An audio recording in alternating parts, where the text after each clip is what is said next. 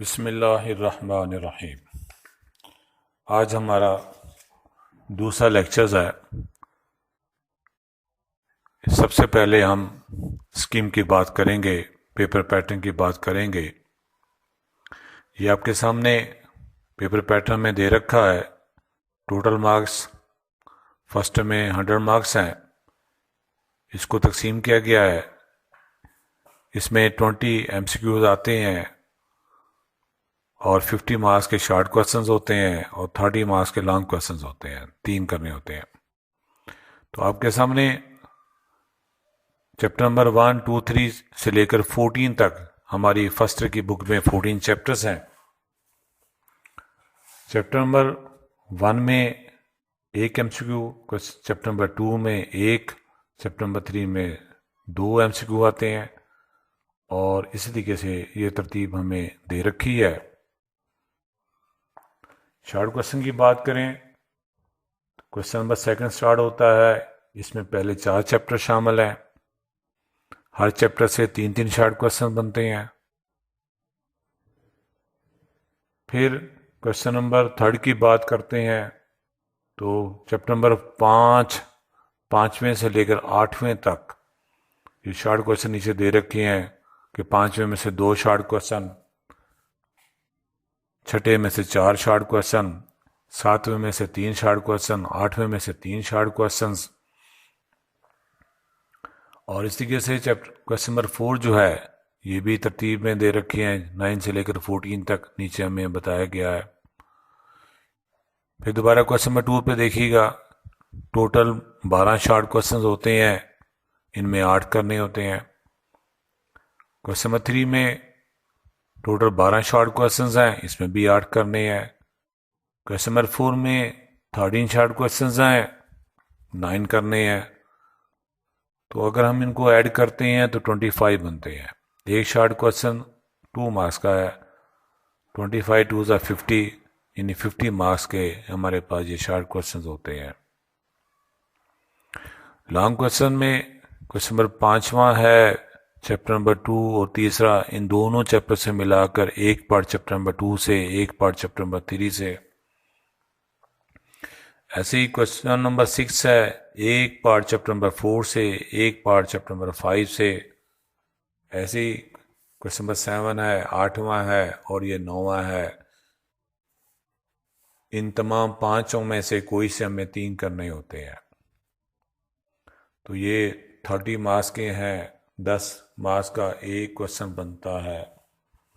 30 marks long questions, 50 marks short questions, 20 marks MCQs. ये total हमारे पास 100 marks बनते हैं।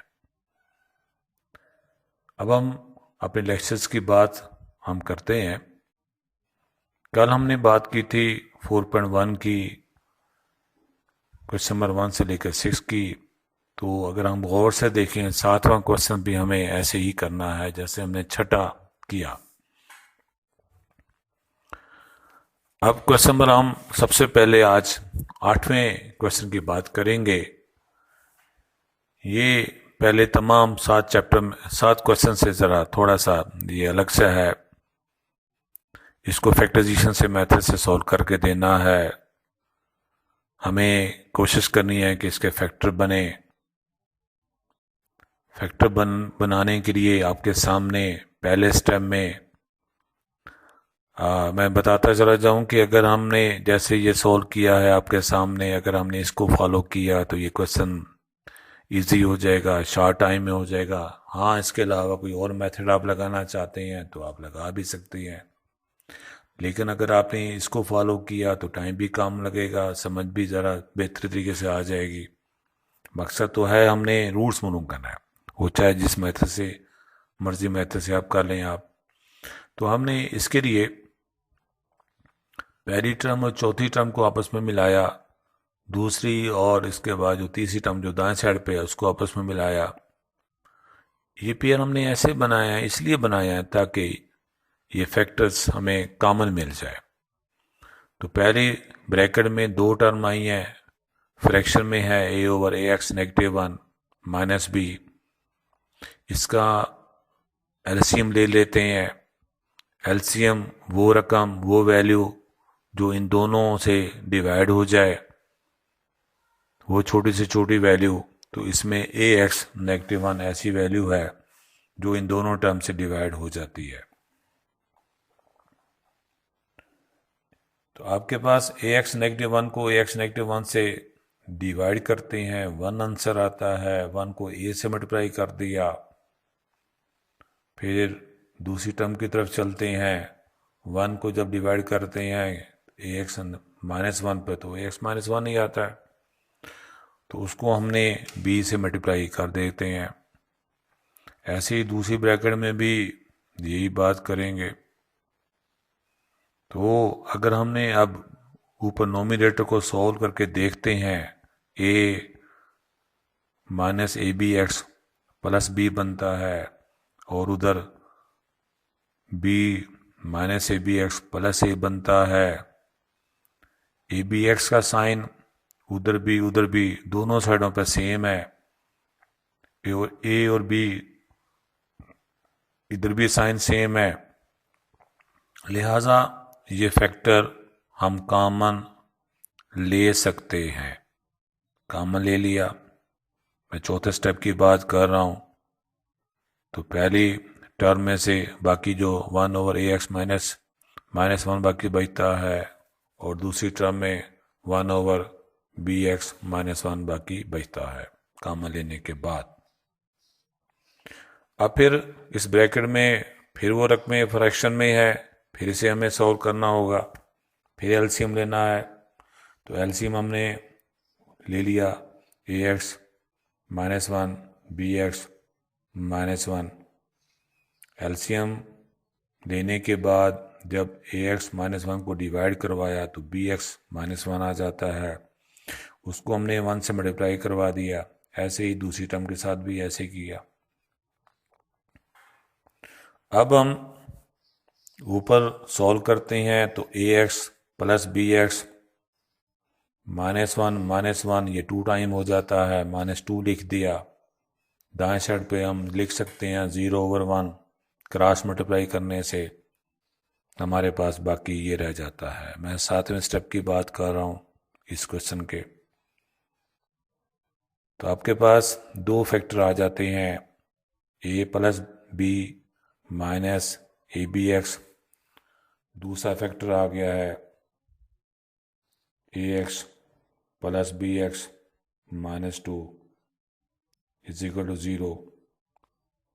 अब हम इन दोनों को 0 के हम इक्वल लिखेंगे बारी बारी, ताकि x की वैल्यू को मालूम किया जा सके। इसलिए पहले फैक्टर को 0 के बराबर पुट कराने के बाद ए बी एक्स वाली टर्म को हम दूसरी साइड पे ले गए। अब आपके पास a प्लस बी बाएं साइड पे है, ए बी एक्स दाएं साइड पे है, राइट हैंड साइड पे है। ये आपस में इक्वल हैं, चाहे उसको पहले लिख लो, चाहे उसको बाएं साइड पे दाएं साइड पे लिख लो, कोई ऐसी बात नहीं। अब यहां से s की वैल्यू को मालूम कर लेते हैं, a plus B over A B. और दूसरे फैक्टर को देखते हैं तो -2 था, उसको दूसरे साइड पे ले गए। यहां से हमने s की वैल्यू को भी मालूम कर लिया, जो कि 2/a प्लस बी आया है। ये दो वैल्यू आई हैं, ये दो रूट्स आए हैं, इनको हमने ब्रैकेट में लिख लेते हैं। तो हमारा उस क्वेश्चन का सॉल्यूशन सेट कहलाता है, आ जाता है। तो आपके पास क्वेश्चन नंबर 1 से लेकर क्वेश्चन नंबर 8 तक आप इन तमाम सवालों को आप आसानी के साथ कर सकते हैं। इसके बाद हम दूसरे पेज पे चलते हैं। अब दूसरे पेज को देखें तो इनमें क्योंकि हमने क्वेश्चन नंबर 9 से लेकर 14 इन तमाम सवालात की बात करनी है, तो इसको समझने के लिए सबसे पहले हम जनरल क्वाड्रेटिक इक्वेशन इसको कंप्यूटिंग स्क्वायर मेथड से सॉल्व करेंगे। इसके लिए आपके सामने पहले स्टेप में मैंने ax² plus bx plus c = 0 लिखा है। कंप्लीट स्क्वायर के लिए ज़रूरी होता है कि 3 टर्म बाइनोमियल की, 2 टर्म को जब हम स्क्वायर करते हैं, एक्सपेंड करते हैं, तो 3 टर्म आती है। तो इसको स्क्वायर मुकम्मल करने के लिए हमारे पास पहली टर्म का भी स्क्वायर होना चाहिए, तीसरी टर्म का भी स्क्वायर होना चाहिए, और दरमियान वाली रकम वो इन दोनों का 2 टाइम का मल्टीपल्स होना चाहिए। तो इसके लिए सबसे पहले हम देखें तो आपके पास जो तीसरी टर्म है, जो सी है, वो स्क्वायर में नहीं है, इसलिए उसको हमने दूसरी साइड पे ले जाएंगे। पहली टर्म में भी एक्स के साथ जो कोफिशिएंट है वो ए है, वो भी स्क्वायर में नहीं है, इसलिए इस कांस्टेंट को भी हमने तमाम टर्म से डिवाइड कर देते हैं। तो अब हमारे पास बाकी रह जाती हैं 2 term, x square plus B over a x. Binomial के स्क्वायर के लिए ज़रूरी होता है तो 3 टर्म होना ज़रूरी है। अब हम तीसरी टर्म को मालूम करना चाहेंगे। देखेंगे ये पहली टर्म ये किसका स्क्वायर है, दरमियान वाली टर्म जो दूसरी टर्म होती है वो 2 टाइम होती है पहली टर्म और तो सेकंड टर्म के। तो पहली टर्म हमारे पास x है, अगर हम इसको 2 को x से मल्टीप्लाई करें तो ये 2x बनता है। इसको किससे मल्टीप्लाई करवाएं कि ऊपर वाली टर्म जो तीसरे स्टेप में दे रखी है b ओवर ए एक्स आ जाए, वो b ओवर 2a है। तो हमने ये b ओवर 2a ये हमारे पास दूसरी टर्म बन जाती है। इसी टर्म को हमने स्क्वायर करके दोनों साइडों पे ऐड कर दिया। हमें याद रखना है कि जो टर्म बाएं साइड पे ऐड करेंगे वही टर्म अगर हम दाएं साइड पे ऐड करते हैं तो उस इक्वेशन की इक्वालिटी पे कोई फ़र्क नहीं आता। इससे ये हुआ है कि हमने अपना स्क्वायर को मुकम्मल कर लिया है। स्क्वायर अब बन गया है x plus B over 2a का स्क्वायर हमारे पास मुकम्मल हो जाता है। जबकि दाएं साइड को अब हम सॉल्व करते हैं, minus c over a plus b square over 4a square. इसका भी हमें फ्रैक्शन में, चूंकि ये टर्म है, इसका भी एलसीएम लेना होगा। एलसीएम हमने 4a स्क्वायर ले लिया, ये वो रकम है ये इन दोनों से डिवाइड हो जाती है, वो ये छोटी से छोटी रकम है 4a स्क्वायर। तो a को जब 4a स्क्वायर से डिवाइड करवाया तो 4a आता है। 4a को हमने c से मल्टीप्लाई करवा दिया तो minus 4ac plus b square. इसकी तरतीब को हम सही करके लिख सकते हैं, B square minus 4ac over 4a square. अब लेफ्ट हैंड साइड पर टर्म स्क्वायर में है तो यहाँ से x की वैल्यू को हमने मालूम करना है, इसलिए हमें दोनों साइडों पर स्क्वायर रूट लेना होगा। तो स्क्वायर रूट लेते हैं, स्क्वायर रूट का साइन अप्लाई करते हैं। इसमें 2 साइन लिखेंगे, एक प्लस का लिखेंगे, एक माइनस का लिखेंगे। हमें याद रखना होगा अगर डिस्टेंस, टाइम और एरिया अगर दे रखे हों फिजिकल क्वांटिटीज़ तो उसके साथ सिर्फ हम प्लस का साइन लगाते हैं, माइनस का साइन नहीं लगाते, क्योंकि ये हमेशा पॉजिटिव में होती हैं वैल्यूज़। इसलिए इस क्वेश्चन में हमें ये नहीं बताया गया कि x हमारे पास क्या डिस्टेंस है, क्या टाइम है, क्या एरिया है, इसलिए दोनों साइन हमें हर सूरत में देने हैं। तो हमने यहाँ पर प्लस भी लिख दिया, माइनस भी लिख दिया। अब इसको बाएं साइड पे स्क्वायर और स्क्वायर रूट आपस में कैंसिल हो जाते हैं, बाकी हमारे पास x plus B over 2a रह जाता है। दाएं साइड पे देखें, ऊपर वाली टर्म क्योंकि बीच में वो 2 टर्म बनती हैं तो इसलिए स्क्वायर रूट उसका अलग हो जाएगा। नीचे वाली सिंगल टर्म है उसका स्क्वायर रूट लेने से 2a आया। अब इसको सॉल्व करेंगे ताकि x की वैल्यू को मालूम कर सकें। b ओवर 2a को हमने उस साइड पे ले गए, वहाँ जाकर ये बन जाता है माइनस b ओवर 2a बन जाता है। एलसीएम लिया, इसको सॉल्व किया तो हमारे पास ये आंसर आ जाता है। अब हम चाहें तो प्लस वाली टर्म और माइनस वाली टर्म को अलग करके लिख लें, ये इकट्ठी करके लिख लें, ये हमारा सोल्यूशन सेट कहलाता है। अब इसी मेथड को समझते हुए हम क्वेश्चन नंबर 9 से लेकर 14 तक इन तमाम सवालात को हम कर सकते हैं। क्वेश्चन नंबर 9 है,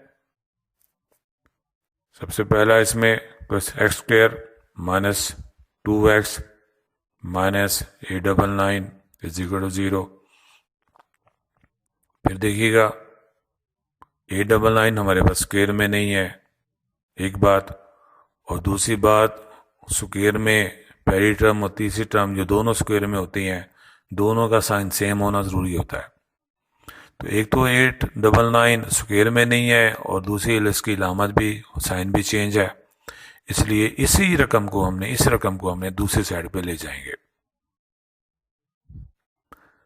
अब इसको बायनोमियल का स्क्वायर बनाने के लिए, स्क्वायर कंप्लीट करने के लिए हम देखेंगे कौन सी टर्म शॉर्ट है, वो से हमने लेके आएंगे।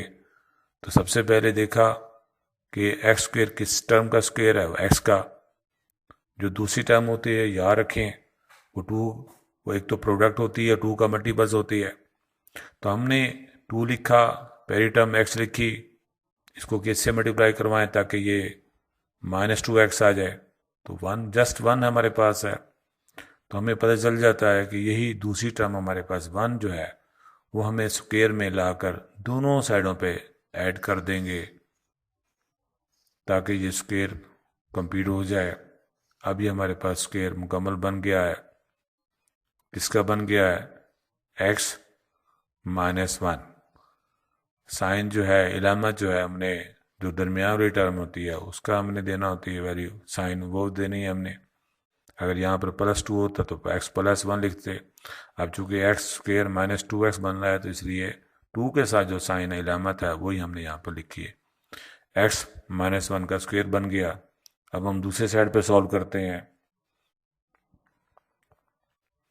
इसको सॉल्व करते हैं तो 899 + 1 900 आ गया। ये देखा, ये किसका स्क्वायर है? ये 30 का स्क्वायर है। अब फिर इसको x में वैल्यू को मालूम करने के लिए फिर स्क्वायर रूल लिया, फिर 2 ऑप्शन आ गए, एक प्लस में आ गया, एक माइनस में आ गया। तो लेफ्ट हैंड साइड पर ये स्क्वायर रूट और स्क्वायर कैंसिल होने से हमारे पास बाकी बचता है x -1, और दूसरी साइड पे आ जाता है +-30।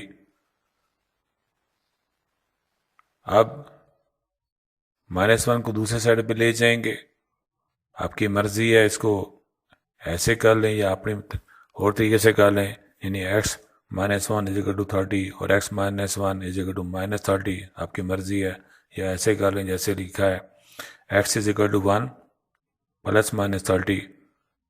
एक दफ़ा हमने इनको आपस में ऐड कर लेते हैं, एक दफ़ा इनको हम सेपरेट कर लेते हैं, तो इससे हमारे पास आंसर आ गए हैं।